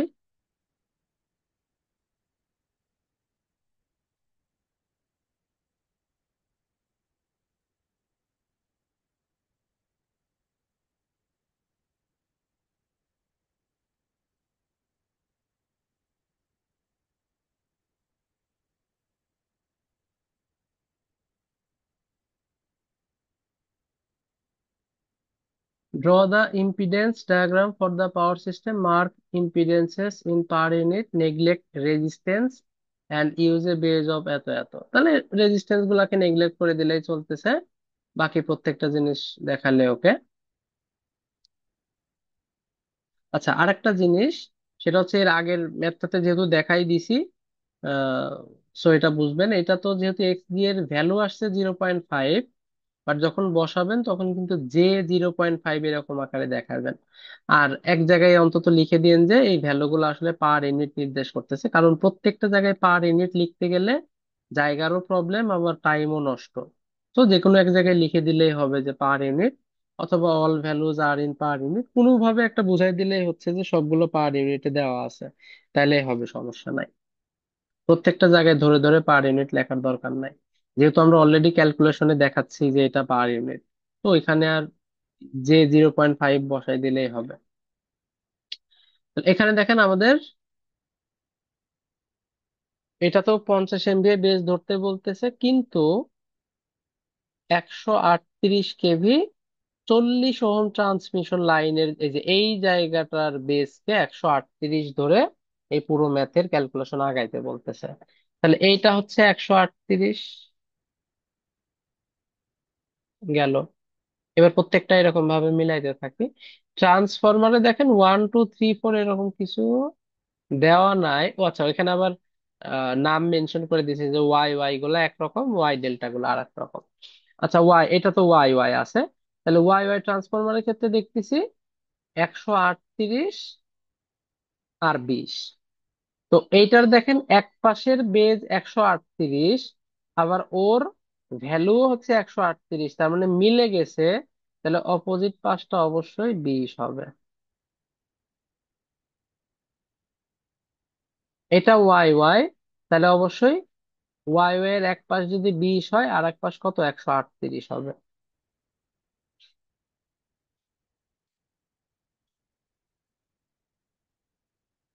এটা ওয়াই ডেল্টা, ওয়াই ডেল্টার এক পাশে 138, ওয়াই ডেল্টা দেখি 138, তার মানে মিলে গেছে। মিলে গেলে তাহলে অপোজিটটা অবশ্যই কত হবে? 13.8 হবে। এটা ওয়াই ডেল্টা, এক পাশ যদি 13.8 হয়, মিলে গেছে, তাহলে অপোজিটটা 138 হবে। ওয়াই ওয়াই, এক পাশ 138 মিলে গেছে, তাহলে অপোজিটটা কত হবে? 20 হবে। তাহলে আমাদের ফার্স্ট কাজ শেষ। অর্থাৎ আমরা প্রত্যেকটা জায়গায়, যতগুলো জায়গা আছে প্রত্যেকটা জায়গায় আমরা বেস ভোল্টেজ মার্ক করে ফেললাম। এবার হচ্ছে ভ্যালু বের করার পালা, যে প্রত্যেকটা ভ্যালু কত হবে। তাহলে জেনারেটর ওয়ান কত দেওয়া আছে? 20%, মানে 0.2। নিউ এখানেও 50, ওল্ড মানে নিজেরটা 20, ইন্টু 18 কেভি। ওয়ানের আছে আবার 20 কেভি, তার মানে কিন্তু এবার মেলে নাই। তাহলে এবার ওই যেটা বসাইতে হবে। তাহলে কত? Old by new. ওল্ড মানে নিজেরটা, নিজের হচ্ছে 18, কিন্তু নতুন হয়েছে 20।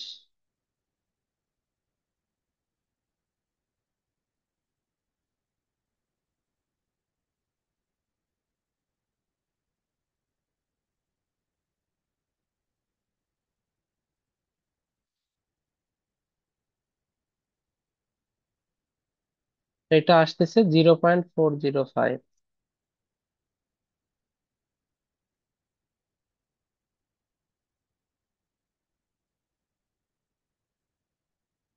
দেন জেনারেটর টু, এও 0.2। নিউ তো প্রত্যেকেরই 50, ওল্ড নিজেরটা মানে 20, এর হচ্ছে 18 কেভি, জেনারেটর টু কিন্তু 20, তার মানে এটারও একই অবস্থা।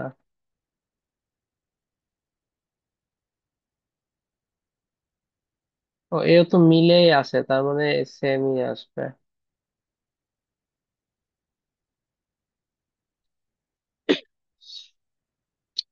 এটা হচ্ছে আবার মোটর থ্রি,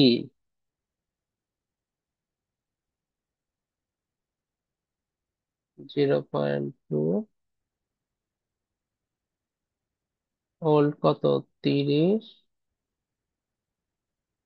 মোটরের ওল্ড কেভি হচ্ছে 13.8, মোটরের নিউ হচ্ছে 13.8, তার মানে মিলে গেছে, ভোল্টেজ না দিলেও চলবে।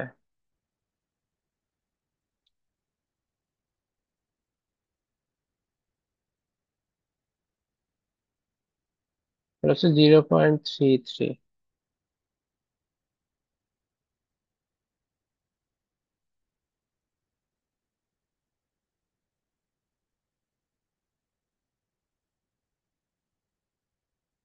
ওয়াই ওয়াই ট্রান্সফরমার গুলার জন্য 0.1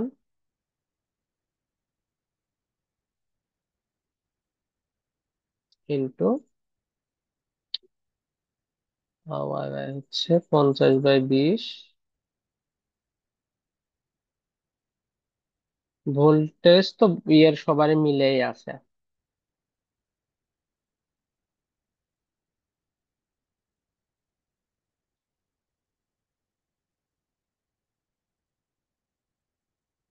0.25।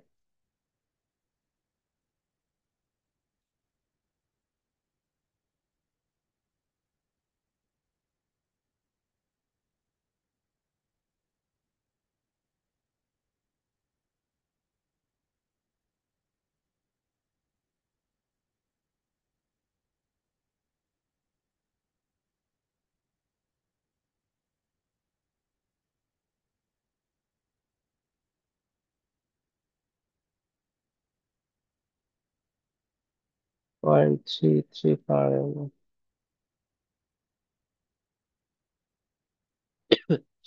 আর এই যে ট্রান্সমিশন লাইন আছে 3 জায়গায়, এই 3 জায়গার ভ্যালু বের করতে হবে। 3 জায়গাতেই আমরা দেখতেছি 138 কেভি, তার মানে বেজ প্রত্যেকের সেম।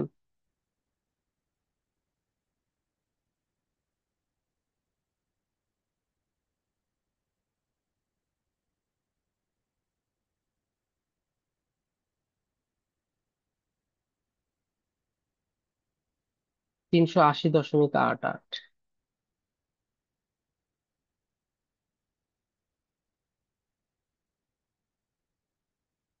কিন্তু ওহম আবার আলাদা আলাদা। 40 আর 20, তাহলে 40 ওহমের জন্য কত আসতেছে?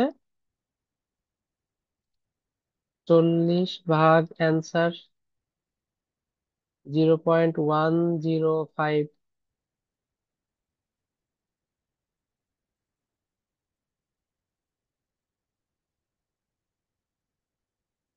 আর 20 ওহমেরটা কি? জাস্ট এর অর্ধেক হয়ে যাবে,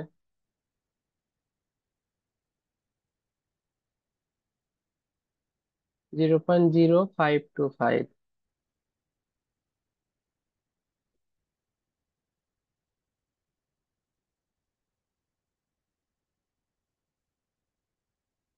এটা গেল, এটা গেল, ট্রান্সফরমার গুলো সব গেছে, মোটর গেছে, তার মানে আমাদের কিন্তু কাজ শেষ।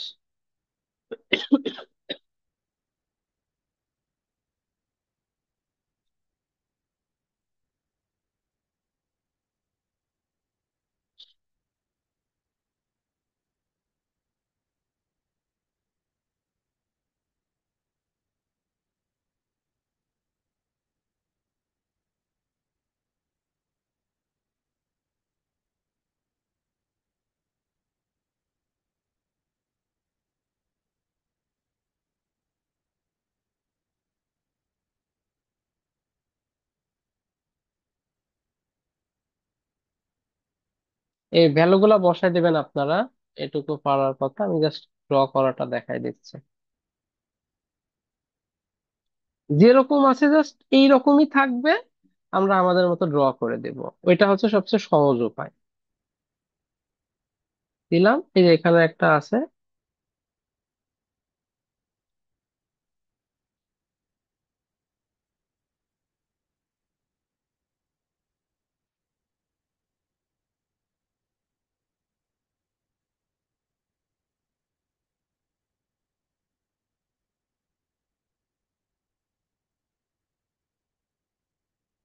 এখানে একটা ট্রান্সফরমার,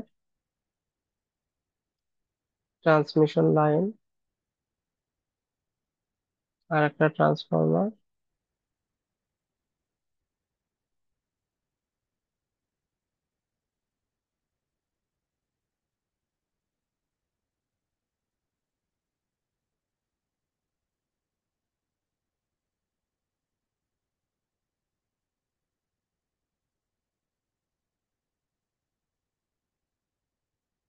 এই যে ট্রান্সফরমার, দেন ট্রান্সমিশন লাইন,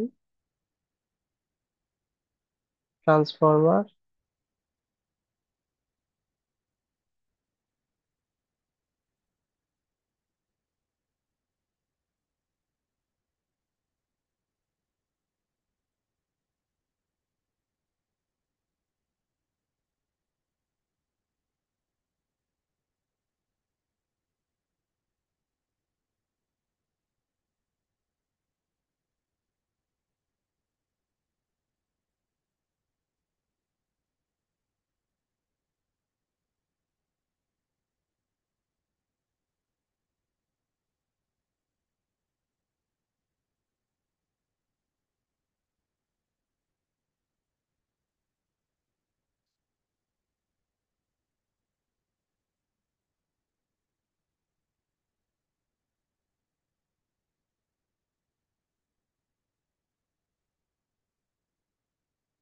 জাস্ট মানগুলো বসাই দিলে এখন আমাদের অল ওকে। এইভাবে আঁকালে সুবিধা হচ্ছে, এর সাথে মেলানোটা সহজ হবে। এই যে এটা, এখানে একটা, এটা একটা, একটা, একটা, দেন এই পাশে এটা, একটা দুইটা তিনটা, এই যে একটা দুইটা তিনটা, আর এই পাশে যে একটা দুইটা তিনটা, একটা দুইটা তিনটা, বাস। দেখে মিলানোটা সহজ হবে। বাকি আপনার যেভাবে ইচ্ছা আঁকাইতে পারেন, কোনো সমস্যা নাই। দিয়ে মানগুলো বসাই দিলে আমাদের ওকে। এটাকে সবাই বুঝতে পারছেন?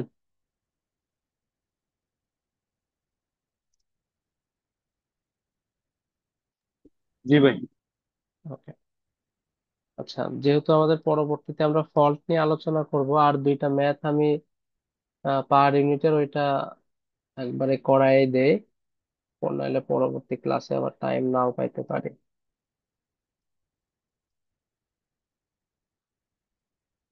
আচ্ছা, খেয়াল করেন, ট্রান্সফরমারের পার ইউনিট ম্যাথের ক্ষেত্রে একটা জিনিস খেয়াল রাখবেন।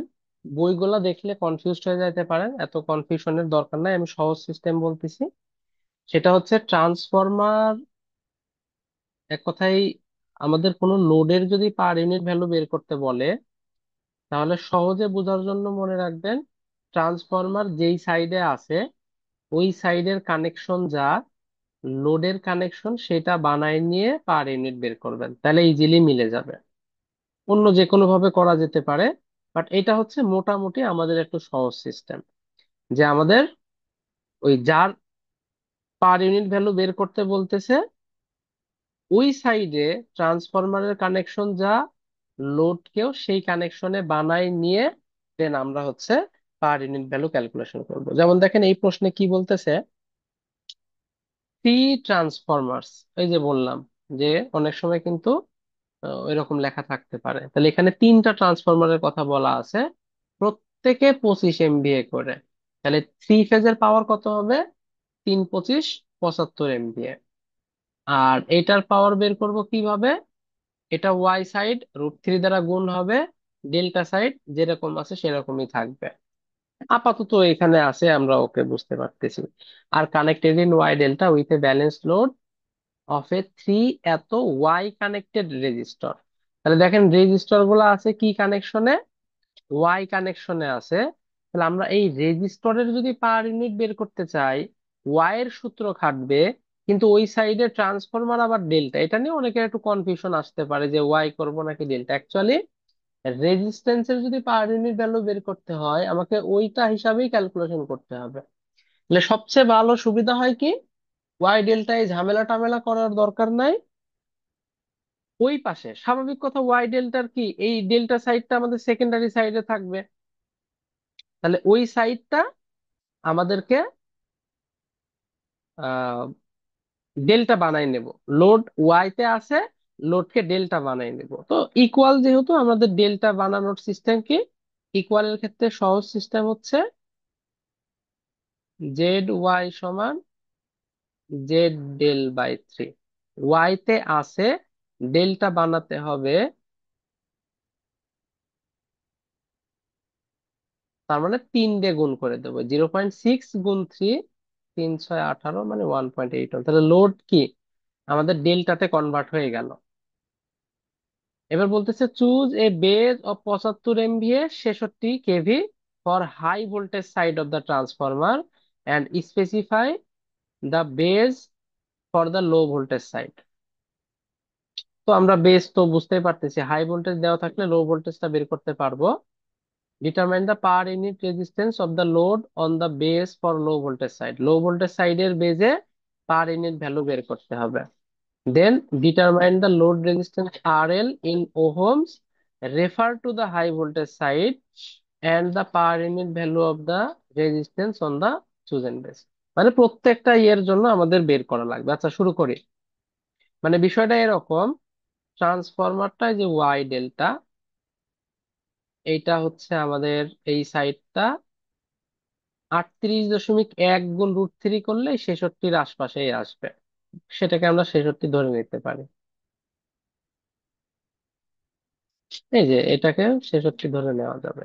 তাহলে এই পাশটা আছে 66, আর এই পাশটা কত, 3.81 kV, এবং 75 MV এর জন্য মার্ক করা আছে, ওই যে 3 25 75।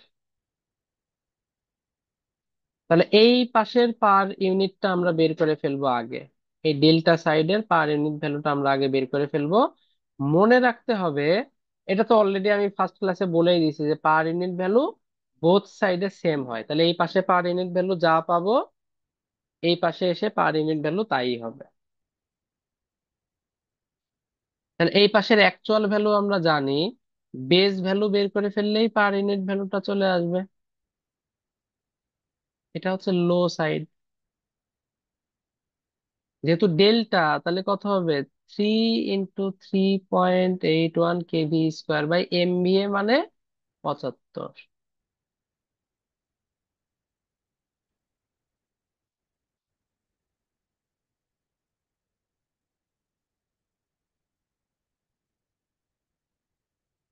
তাহলে 0.580644।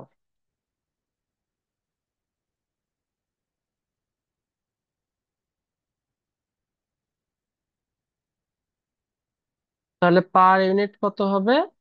অ্যাকচুয়াল বাই বেস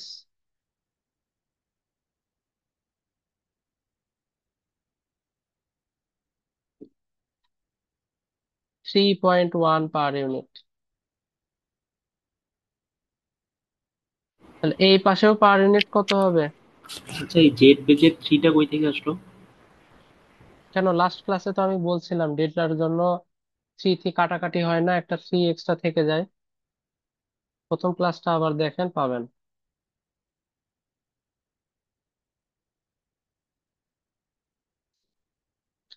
এই হচ্ছে। আর প্রত্যেকটা ক্লাস করার আগে অবশ্যই প্রিভিয়াস প্রত্যেকটা ক্লাস ভালো করে প্র্যাকটিস করে দেন আসতে হবে, নাহলে কিন্তু পরবর্তী ক্লাসগুলো ঝামেলা লাগতে পারে। আমি কিন্তু সেভাবে সিরিয়ালি এগুলা সাজাচ্ছি যাতে আগের কনসেপ্টকে কাজে লাগাই আমরা সামনের ক্লাসগুলো করতে পারি। আচ্ছা, তাহলে এই পাশের পার ইউনিট যা হবে এই পাশের পার ইউনিট তাই হবে, তাহলে 3.1। এখন এই পাশের আবার এই যে রেজিস্ট্যান্সের মান কিন্তু বের করা লাগবে, যে ওহমে বের করতে বলতেছে। তাহলে এই পাশের আমাদের আবার বেস বের করা লাগবে।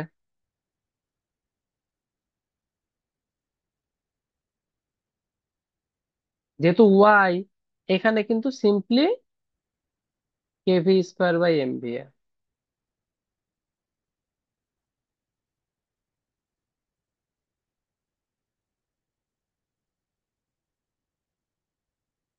58.08 ওহম।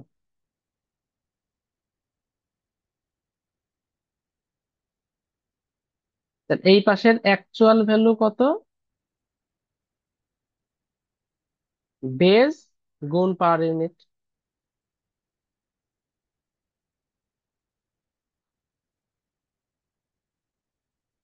তাহলে 180.048 ওহম।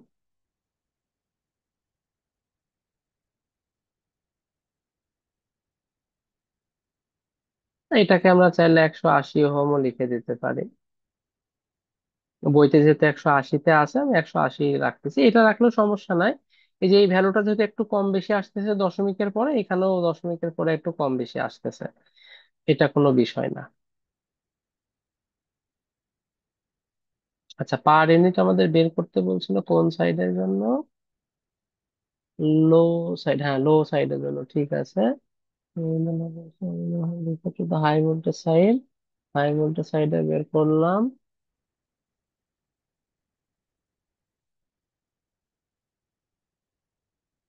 ওকে। তো এই হচ্ছে আমাদের answer, per unit value, then এই পাশে হচ্ছে অ্যাকচুয়াল ভ্যালু। এটা কি ক্লিয়ার?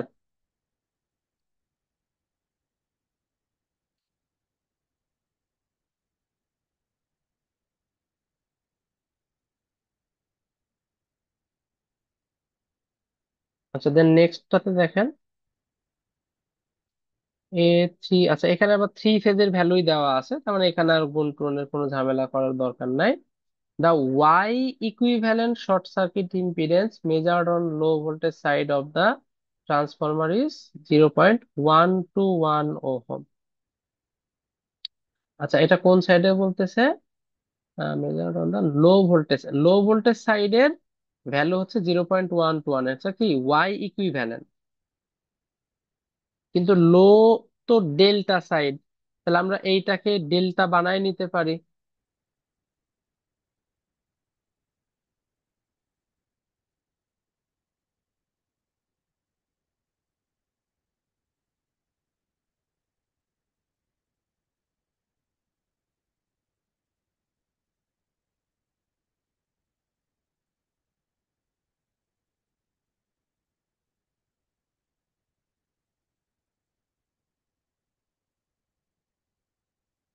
জাস্ট 3 দ্বারা গুণ করে দেব।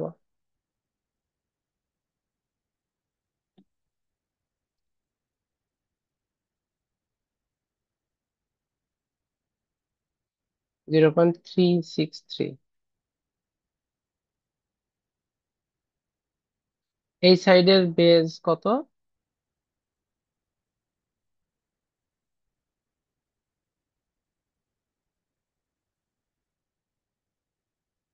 ওয়েট ওয়েট, কোশ্চেনটা একটু পড়ে নি। Determine the per unit reactance of the transformer and the value to be use to represent this transformer in a system. আচ্ছা, দুইটা কোশ্চেন, একটা হচ্ছে determine the per unit reactance of the transformer, যেটা আছে ওইটার জন্য বের করো। দেন আর একটা বলতেছে 100 MVA 230 কেভির জন্য বের করো।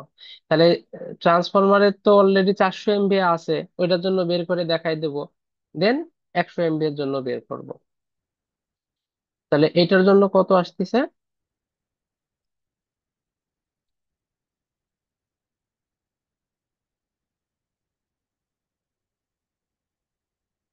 3.63 ওহম।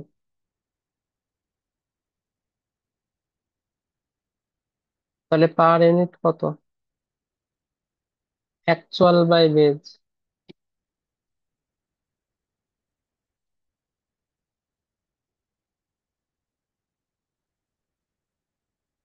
তাহলে বাকি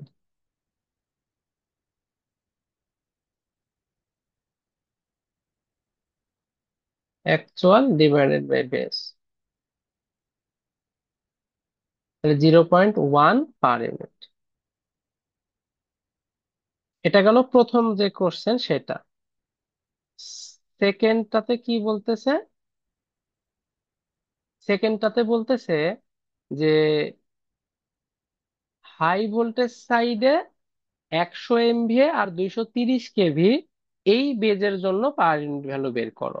তো আমরা আলাদাভাবে আবার বেস টেস বের করার দরকার নেই, অলরেডি যেহেতু একটা পার ইউনিট পাইছি, এটাকে আমরা ওল্ড আর এটাকে আমরা নিউ কল্পনা করে চেঞ্জ করে দিলে অ্যান্সার শেষ। তাহলে ওল্ড 0.1 ইন্টু নিউ এমভিএ হচ্ছে 100, আর ওল্ড কত? 400, ইন্টু ভোল্টেজের ক্ষেত্রে ওল্ড উপরে নিউ নিচে। ওল্ড মানে নিজেরটা, হাই ভোল্টেজ সাইডে যেহেতু 230 দেওয়া আছে, হাই ভোল্টেজ সাইডে আগেরটা কত ছিল? 220, আর এখন তো 230।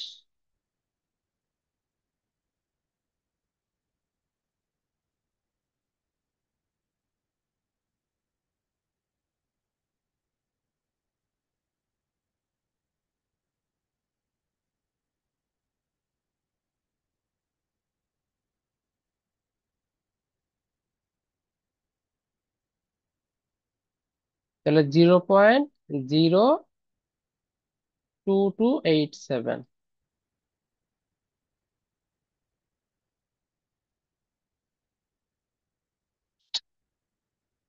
এই হচ্ছে আমাদের answer। আচ্ছা, এটাকে সবাই বুঝতে পারছেন?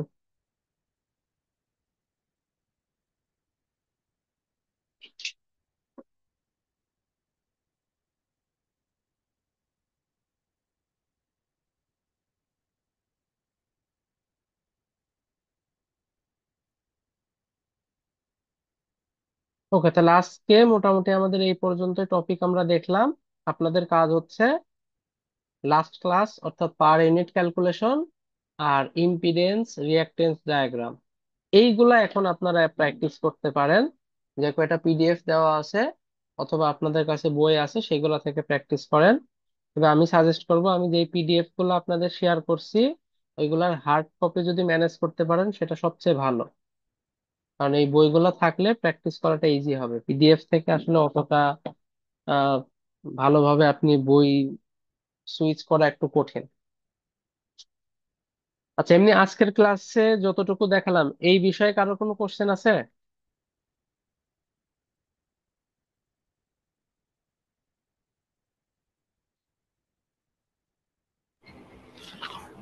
না। ওকে, তার আজকের ক্লাস এই পর্যন্তই। আমরা নেক্সট দিন পরবর্তী টপিক নিয়ে আলোচনা করবো ইনশাল্লাহ। আর নেক্সট দিন হচ্ছে আমাদের ক্লাস হবে রবিবার, আর রবিবার থেকে আমি যে রুটিনটা গ্রুপে শেয়ার করছি ওই রুটিন অনুযায়ী ক্লাস হবে ইনশাল্লাহ।